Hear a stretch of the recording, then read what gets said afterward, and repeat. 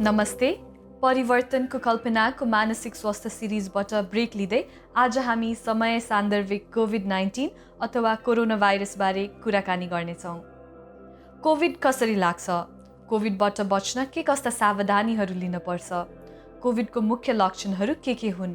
र कोभिडको रोकथामको लागि के कस्तो अनुसन्धानहरू भइरहेका छन्? यी विषयहरूमा प्रशस्त जानकारी विभिन्न इन्टरनेट र समाचार माध्यमहरूमा उपलब्ध छन्। तर कोभिडले सङ्क्रमित व्यक्तिको शारीरिक र मानसिक स्वास्थ्यमा मात्र नभई बिरामी र उसको परिवारको जीवनको सामाजिक पक्षहरूमा, समाजको संरचनामा र अझ माथि हेर्ने हो भने विश्वव्यापी अर्थतन्त्र र राजनीति कूटनीतिमा समेत ठूलो असर पुर्याएको छ।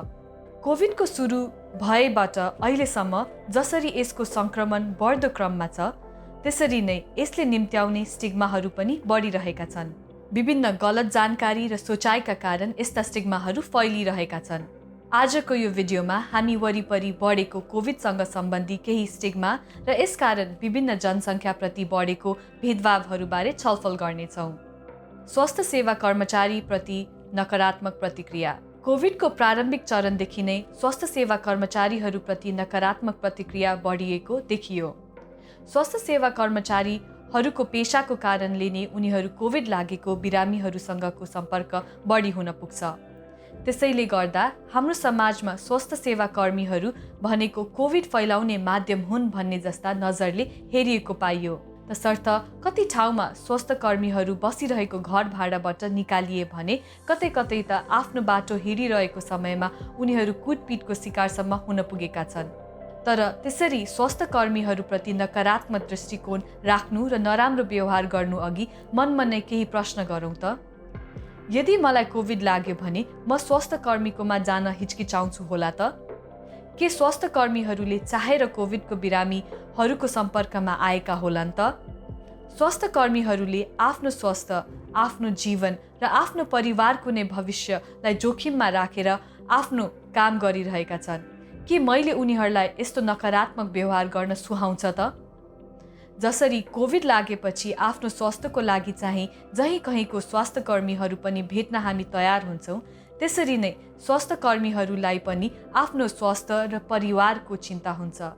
तर पनि कोभिड लाग्ला भन्ने डरलाई पन्छाएर उनीहरू आफ्नो कर्तव्य निभाउन जुटिरहेका छन्। यस्ता बेलामा हामीले हाम्रो स्वास्थ्य कर्मचारीहरूलाई प्रोत्साहन दिनुपर्छ।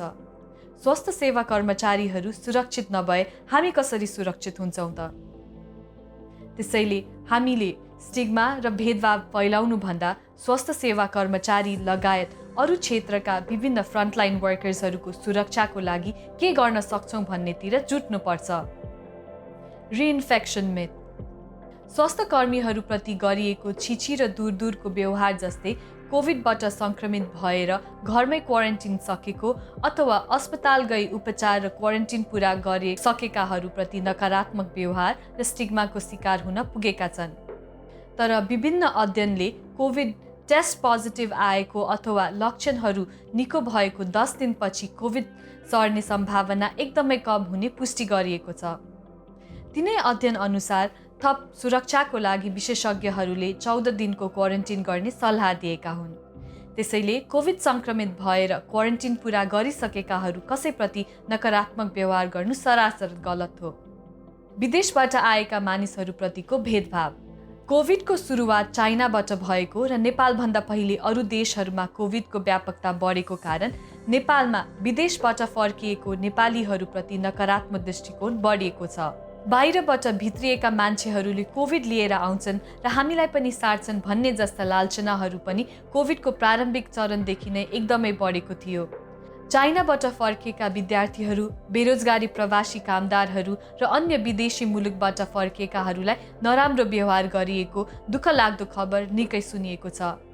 कोभिडको सङ्क्रमण धेरै भएको क्षेत्रबाट आएकाहरू र उनीहरूसँग सम्पर्कमा आएकाहरू सबैले सावधानी लिनु जरुरी हुन्छ। तर विदेशबाट फर्किने जति सबैले कोभिड ल्याउँछ भन्ने उनीहरूलाई घृणाको दृष्टिले हेर्नु भनेको हामीभित्र पहिलेदेखि नै भएको बाइसिसहरूलाई झन बलियो बनाउनु मात्र हो। यस्तो साँघुरो सोचाइले हामी कहाँ दौडाउँछौँ र?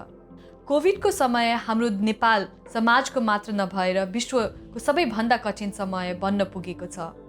लाखौँको मृत्यु अनि सबैभन्दा कठोर आर्थिक प्रकोपको शिकार बनेका छौँ हामी।